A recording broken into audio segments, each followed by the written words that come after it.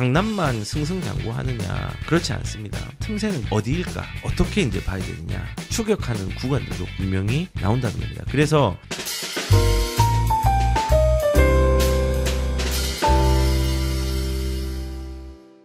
서울에 아파트 살 사람이 없다고 합니다. 반년 만에 거래량들이 많이 증발을 했다. 그래서 얼마나 증발을 했냐, 서울의 아파트 거래량이 한 9천 건 가까이 갔었는데 이 3천 건으로 12월 달에 급감을 했고, 올 1월에는 2천 건대가 관측이 된다라고 얘기를 하니까 야, 이제 진짜로 가격들이 크게 빠지나 보다 라고 이제 생각을 할 수 있습니다. 그런데 지금 저는 개인적으로는요, 1월은 빠질 수 있는 부분들이 조금 있다고 생각을 합니다. 거래량들이 물리적으로 쉬는 날이 많았기 때문에 거래량 측정이 조금 낮아질 수 있는 부분이 있습니다. 그런데 지금 시장의 대출 상황이라든지 불확실성이 아직 남아있는데 이게 해소되는 상황들이 아직 남았잖아요. 그런 부분들이 없어지면은 거래량들은 저는 다시 살아날 걸로 생각을 합니다. 지금 거래량이 얼만큼 있냐라고 이제 얘기를 하면요, 지금 1월에 거래량이 지금 심각하던데 여기 보면 거래량이 쭉쭉쭉쭉쭉 그대로 있죠. 신고가 안 된 기간이죠. 이때가 이제 설입니다. 구정입니다. 구정 때는 당연히 신고가 안 되죠. 요때는 쉬다가 급격하게 올라갑니다. 올라가는데 그 이전에 1월 이제 명절이 되기 전까지는요, 11월 달 거래량이 거래량보다 1월 달 이 보라색 1월 달 거래량이 따라잡다가 이제 쉬었죠. 요게 조금 급하게 올라가다가 나중에 1월 거래량 2월 말에 이제 집계가 끝나겠죠. 신고 기간이 30일이니까 1월 말에 거래한 사람들은 2월 말에 이제 거래가 끝나겠죠. 그거까지 이제 간다고 하면은 개인적으로는 12월에 거래량 정도까지는 나올 수 있거나 진짜 못하면은 2,000건 후반대로 나올 걸로 생각이 듭니다. 그래서 지금 이 추이로 보면은 왜 2,000건이라고 여기서 얘기를 했냐면은 사실은 지금 속도가 제일 느린 것처럼 보이잖아요. 그리고 지금 12월 달 거래량을 보면은 12월 달에 3천 건이 넘었는데 이거보다 느리니까는 2천 건대가 나올 것이다라고 얘기하는데 상관없습니다. 한번 지켜보시면 아시겠지만요. 지금 2월 달도 좀 기간이 짧아가지고 거래량이 좀 짧아질 수 있지만요. 1월, 2월, 3월 이렇게 갈수록 거래량이 늘어날 수밖에 없습니다. 그 이유는 대출에 있습니다. 상반기는 거래량이 조금씩 늘어나는 증가 요인들이 있을 겁니다. 한번 이거 맞출 수는 없습니다. 근데 이제 추이상 그렇다는 걸 말씀을 드리고, 지금 여기에 거래량이 죽었다라는 부분 때문에 시장의 공포를 크게 가질 필요는 없다고 생각합니다. 우리가 지금 이 시장이 2024년도 초반에랑 약간의 데자뷰를 좀 이루고 있는 부분들이 있는 게 2024년 초반에도 이랬습니다. 되게 안 좋다가 8월까지 이제 거래량이 이제 9천 건 가까이 이제 집계가 된 상황들이 있었죠. 그런데 지금 대출에 대한 상황이라든지 불확실성의 해소에 대한 이슈들이 있기 때문에 저는 상반기에도 2024년도 초반하고 비슷하게 가지 않을까라는 생각이 들고, 또 나중에 떨어지는 시기들이 있고 왔다 갔다 하겠죠. 그런데 이 왔다 갔다 하는 것들을 공포로 내가 피하는 대상으로 삼는 게 아니라 활용의 대상으로 꼭 삼았으면 좋겠습니다. 지금같이 시장이 둔화되었을 때는요, 집을 사기가 오히려 좋을 때입니다. 그래서 거래량이 죽은 시기는요, 거래량이 살아날 때를 대비하는 과정으로 집을 매수하는 시기입니다. 그래서 거래량이 부족하다라는 이 신문들이 나왔을 때 공포로 삼는 것이 아니라 이것들의 활용의 대상으로 진지하게 고민을 해봐야 된다고 생각을 합니다. 그런데 지금 문제는 뭐냐면은, 지금 여기서 아파트 살 사람이 없어요라고 했는데 사람들이 비참함과 상대적 박탈감을 느끼는 이유가 뭐냐면 이런 부분 때문에 그렇습니다. 아파트가 비싼 아파트일수록 더 많이 팔리고 신고가도 갱신하고 있습니다. 한남더일 같은 경우가 109억에 이제 갱신이 됐죠.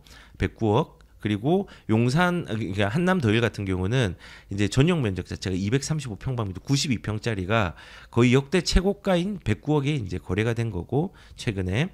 그리고 압구정의 한양 아파트 4차도 69평이 77억에 손바뀜이 되었어요. 그리고 여기 말했던 타워팰리스도 73억에 거래가 되고, 상대적 박탈감을 느끼겠죠. 이렇게 비싼 아파트들은 더더욱 잘 팔리고 더 이제 잘 되니까요. 근데 우리가 좀 알아야 되는 건요. 사람들이 거꾸로 부동산의 관점들을 많이 바라봐요. 어떻게 바라보냐면요. 부동산은 비싸서 못 산다라고 사람들이 생각을 하지만요. 비쌀수록 안전한 자산일 가능성이 매우 큽니다. 왜냐하면 생각을 하면 6억짜리 집을 사는 사람과 100억짜리 집을 사는 사람이 경제적 격차들은 분명히 날 거고 분명히 그 100억짜리의 집을 사기 위해서 내 재산이 그보다 많거나 그에 유사하게 도달한 사람들이 많을 건데 그 사람들의 경제적 경험치들이 있잖아요. 그 경험치들로 행동을 하는 겁니다. 그리고 안전하다고 판단되기 때문에 비싼 가격이 형성되고 그 비싼 가격에 사람들이 집을 사는 겁니다. 근데 거꾸로 가격들이 1억짜리, 뭐 5천짜리, 4천짜리 이런 지방에 많잖아요. 싸니까는 내 돈으로 집 한 채는 마련할 수 있겠다고 했는데 실거주로는 뭐 유효할 수 있겠지만은 실질적 투자 가치로서는 그게 더 위험한 투자입니다. 그래서 우리가 가격이 비싸다는 액면적인 상태만 보지 말고 가격이 비싸지만은 그 가격이 왜 비쌀까에 대한 고민을 하고 오히려 비쌀수록 유리한 경우들이 많다는 것들도 인지하고 가는 게 중요합니다. 그러면 이제 억울하겠죠. 아니 나는 요거 지금 살 수가 없는데 박탈감 느낄 수 있습니다. 보시면은 제가 이제 압구정 쪽에서도 이제 소통하는 부동산이 있는데 보시면은 압구정도 신현 이제 오늘 아침에 온 거죠. 이 카톡 보면요. 예, 문자 보면은 오늘 아침에 10시에 온 겁니다. 거래 소식 매물 전해드립니다. 신고가로 저번 주도 계속 거래가 됐는데 신현대 35평이 최고가, 구현대 32평이 52호로 최고가, 구현대 36평 210동이 최고가, 그 다음에 구현대 33평 64동이 최고가, 한양 39평이 최고가. 이런 식으로 거래가 계속 되고 있다는 겁니다. 예, 박탈감이 많이 느껴지죠. 그러면 나는 이런 물건들 나는 못 사는데 그냥 강남만 승승장구하느냐 생각할 수 있지만요. 그렇지 않습니다. 지금 신고가 행진 같은 경우 이것도 날짜가 오늘 날짜죠. 분당이나 이 판교 쪽에 있는 경기도의 상급지, 그러니까 서울의 상급지가 아닌 경기도의 상급지 같은 경우도 집값들이 움직임들이 있습니다. 왜냐하면 선도지구가 지정된 순회랑 서영 같은 경우도 상승세가 있지만요. 입지 가치가 가장 높은 보뜰마을이라든지 푸르지오 그랑블 있는 판교역 주변들도 가격들의 움직임들이 많이 커지고 있습니다. 그래서 실질적으로 지금 여기서 역대 최고가를 찍는 데를 보면은 여기가 순회역이거든요. 이 선도지구가 지정된 곳들 보면은 가격들이 많이 올라왔고 최고가를 또 찍고 있죠. 예, 18억 6천 딴 데도 볼까요? 청구 아파트 이런 데도 보면은 가격이 있는데 호가는 많이 올라간 상태네요. 그리고 거의 근사치로 많이 올라가 있죠. 여기도 최근에 12월 달에 거래가 됐는데 호가도 그렇고 가격들은 최고가로 이렇게 올라가고 있습니다. 판교뿐만 아니라 이렇게 분당 쪽에서도 고가를 찍는 데가 있다는 겁니다. 아니 그러면은 지금 판교 분당도 너무 비싼 거 아니냐. 내가 여기에 경기도 상급지에 들어갈 수가 없는데 여기 지금 고가로 올라가는 부분들이 있다고 해서 내가 이게 나랑 무슨 상관이냐. 사실은요. 압구정도 여기 계신 분들하고 상관이 있습니다. 압구정이 움직이면 그 아랫단에 있는 사람들이 분명히 또 올라왔을 거고 그 아래쪽에 가치를 가진 사람들이 그 이전에 가치에 있는 것들을 또 타고 올라왔을 거고 이게 결국은 순환되다가 결국은 하급지까지도 파동을 미치거든요. 영향을. 그래서 이런 상급지가 무슨 상관이냐, 경기도의 상급지가 뭔 상관이냐 할 수 있지만요. 이런 부분들이 움직인다는 겁니다. 그래서 지금은 수요가 많고 비싼 아파트들이 신고가 행진을 하고 있고 경기도의 상급지도 신고가 행진을 하고 있습니다. 그런데 지금 서울 경기의 최상급지가 움직인다는 건요.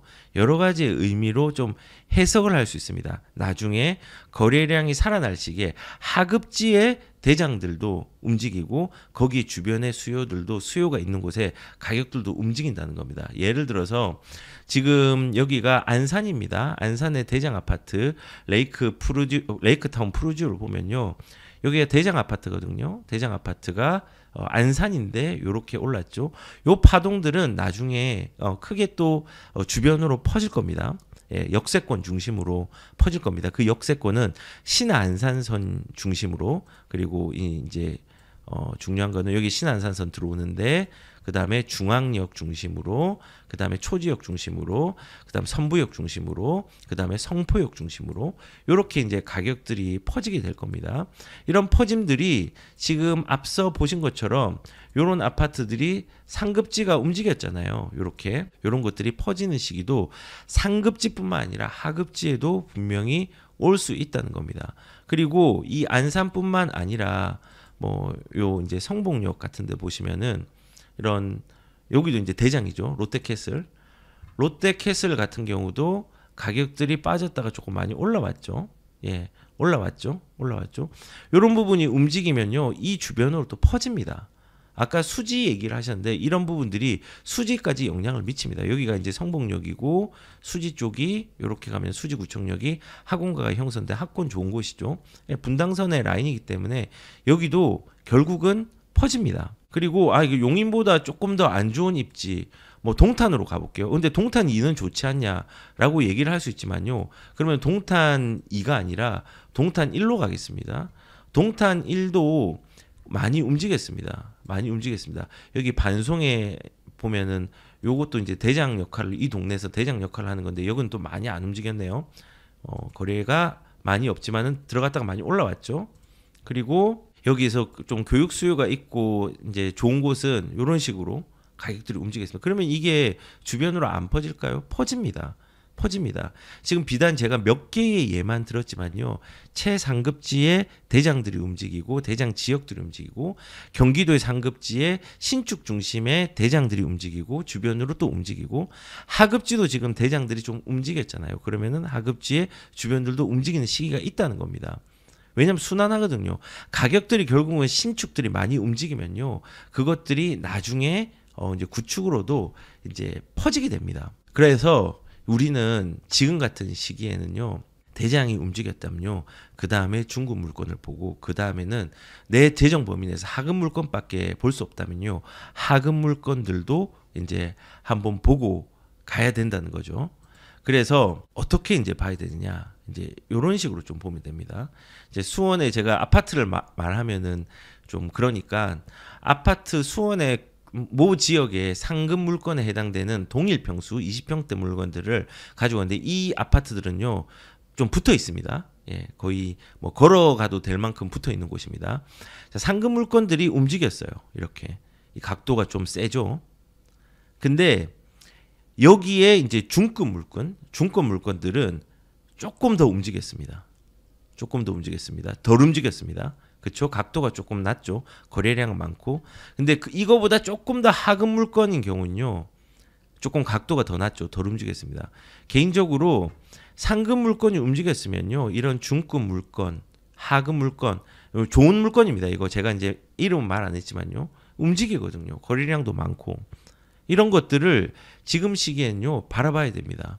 지금 이렇게 상급 물건으로 들어가도 되지만은 여기에 들어갈 재정적인 부분들이 부족하다면요, 가장 이상적인 건 이런 중급 물건에 들어가는 거, 이런 부분들이 이상적이라고 저는 생각이 듭니다.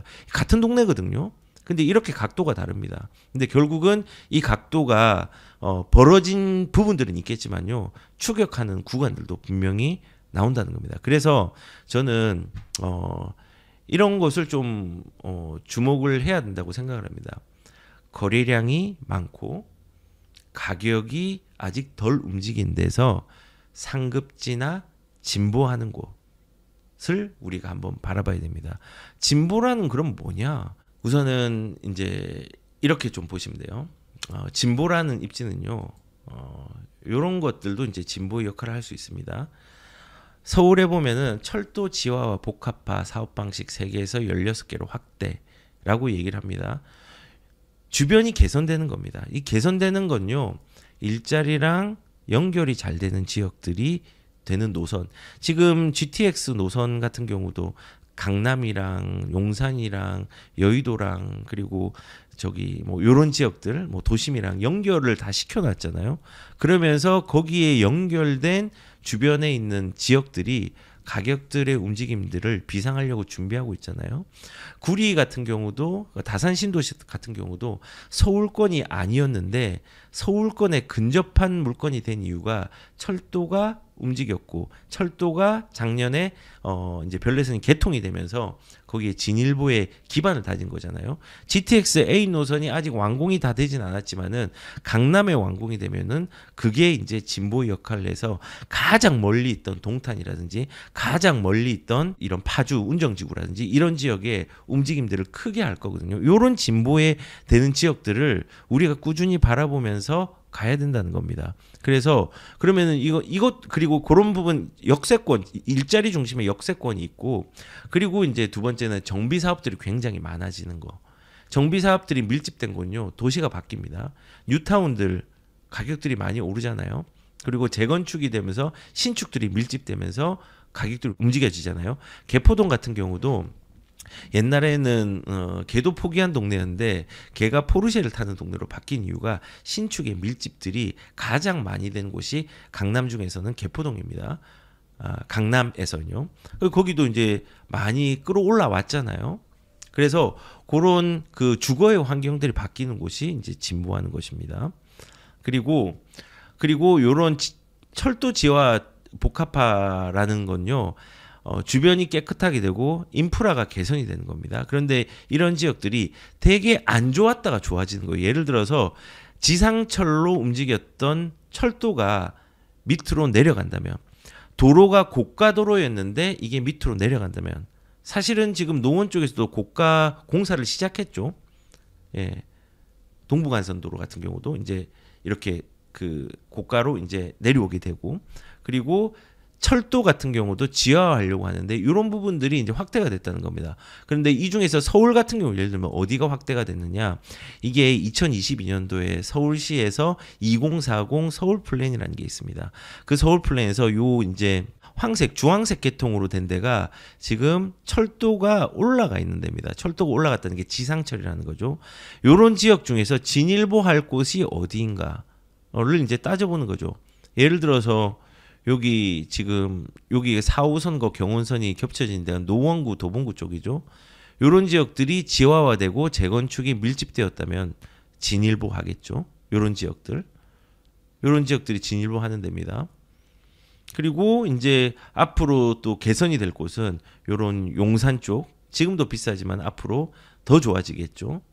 그리고 경부고속도로 같은 경우도 지금 현재 어떻게 되어 있죠? 경부고속도로도 이제 지하화하려고 하고 있죠. 그러면서 유휴부지를 주변의 주거시설과 인프라들을 개선시키는 부분들이 진일보하는 지역이라고 저는 생각을 합니다. 그래서 요런 이제 지하화가 되는 주변에 가장 진일보가 많이 상급지는 뭐 용산 쪽이 될 수 있지만 진일보하는 데는 이런 노원 쪽이 될 수 있는 거겠죠. 뭐 이런 식으로 진일보하는 데와 상급지를 구분해 가지고 거기에서 시기적으로 가격이 조금 싼 데가 어딘지를 확인하면서 가는 것들도 저는 굉장히 이제 중요하다고 생각을 합니다. 그래서 진일보하는 거는 이런 식으로 개선이 되는 지역들 그리고 아까 말한 것처럼 입지 여건이 좀 우수한 곳 있잖아요. 우수한 곳이나 진일보하는 지역들을 살펴보긴 해야 되는데 이제 경기권에 지금 서울을 얘기했는데 경기권 같은 경우도 사실은 그런 데가 있습니다. 경기권 같은 경우는 저는 개인적으로 예비 신축들이 밀집되면서 교통도 나쁘지 않은 곳들을 좀 찾아봐야 됩니다. 그런 데가 어디냐면은 저는 개인적으로 여러 군데가 몇 군데 말씀드리면요. 일기 신도시 쪽. 네, 여기 괜찮습니다. 일기 신도시도 이제 뭐 제일 좋은 곳은 분당이고 진보의 폭이 가장 큰 곳 일산이라 생각하고 수요층이 많은 것은 평촌이라고 생각하고 그다음에 조금 아쉽지만은 그래도 괜찮은 곳이 군포 이제 그다음이 마지막에 이제 부천이라고 저는 생각을 합니다. 그런데 일기 신도시 이외에도 과천 여기는 상급지니까 괜찮죠. 진일보합니다. 광명 천지개벽합니다. 예, 그다음에 성남 여기도 정비사업 예비신축들이 대기하는 곳입니다. 안산 여기도 예비신축과 교통이 대기하는 곳입니다. 그리고 의왕도 예비신축과 교통이 대기하는 곳입니다. 뭐 이런 지역들은 입지 연건이 진보하거나 우수하고 그 다음에 예비신축들이 대기하는 곳이기 때문에 이런 지역들을 또 틈새로 이용하는 부분들도 나쁘지 않다고 생각합니다. 그리고 이용할 수 있는 틈새는 그러면은 과연 어디일까? 라고 이제 얘기를 한다면요, 활용을 해야죠. 특히 젊은 분들은 이런 부분들을 좀 활용을 해야 됩니다. 분양가가 80%까지 청년에게 대출을 한다. 6억 이하의 아파트 알아볼까라고 얘기를 했는데, 여기가 뭐냐면요, 이제 물건이 아니라 방법론이죠. 나이가 20세에서 39세 미만이라면은 이 청년 주택 드림 대출 요것들을 활용을 하는 것도 나쁘지 않다 생각합니다. 이제 가격적으로는 6억 이하라든지 전용 8호 타입 이하를 대상이 되고 금리가 2.2%예요. 뭐 서울에서는 뭐 이용할 수 있는 곳이 4곳 정도가 있다고 하는데, 중랑구 등으로 요거는 조금 아쉬울 순 있고요. 지금 대출이 20세에서 39세 무주택자 조건 자체가 청년 주택 드림 청약 통장을 1년 이상 가입하고 1,000만 이상 납입하는 사람, 기존에 있는 청약 통장을 전환도 시킬 수 있습니다. 그래서 요런 사람들이 이제 대상자가 되는데, 여기서 뭐 서울도 받을 수 있다고 하지만 서울에는 하급지의 일부 물건만 가능한데, 개인적으로는 조금 더 적극적으로 활용을 하려고 하면은 경기도와 인천 그리고 지방이 조금 유효한 데가 많을 건데, 지방 같은 경우는 광역지자체 대전, 대구, 부산, 세종 요런 지방에서는 요런 통장들을 좀 이용해서 유용하게 틈새를 이용할 수 있는 자금 조달의 방안으로 40세 미만의 사람들은 활용을 하는 게 괜찮다고 생각합니다.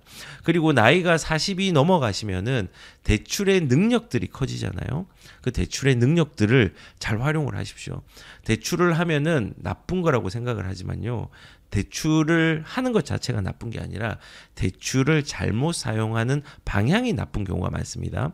그 방향을 올바르게 잡는다고 하면은 저는 이 대출은요, 독이 아니라 약이 된다고 생각을 합니다. 그리고 요런 이제 틈새들을 제가 이제 좀 정리를 하면요, 지금 거래량이 죽었다라는 얘기를 드렸습니다. 근데 우리는 이 죽었을 때를 공포로 삼지 말고 가격이 살아날 때를 대비하는 기회로 삼으라고 얘기를 드렸고, 그리고 지금 거래량이 부족하니까 힘들어하지만은 실질적으로 상급지들이 움직이고 있다. 신고가 행진, 거래량은 조금 주춤하지만은 신고가는 계속 일어나고 있고, 중급지에도 거래량들이 조금은 주춤하지만 신고가가 이어지고 있고, 하급지도 이어지고 있다. 근데 그 이어지는 와중에 단순하게 상급지에 오르는 부분과 거래량이 부족한 것만 집중하지 말고 그 이후에 퍼지는 단계를 대비하는 시기로 지금을 잘 활용하는 것도 중요하다는 말씀을 드렸습니다. 그리고 그런 거 입지를 선정할 때는 진보하는 입지, 그리고 젊은 분이고 시간적 여유가 있으신 분들은 지금 아까 말했던 청년 대출, 분양가의 80%까지 대출하는 그런 대출들, 이런 대출들이 있죠. 예, 주택 청년 드림 대출도 활용의 수단으로 한 번씩 생각해 보는 것도 중요하다고 말씀을 드렸습니다. 자, 지금 이제 시장의 상황에 대해서 좀 말씀을 드렸는데,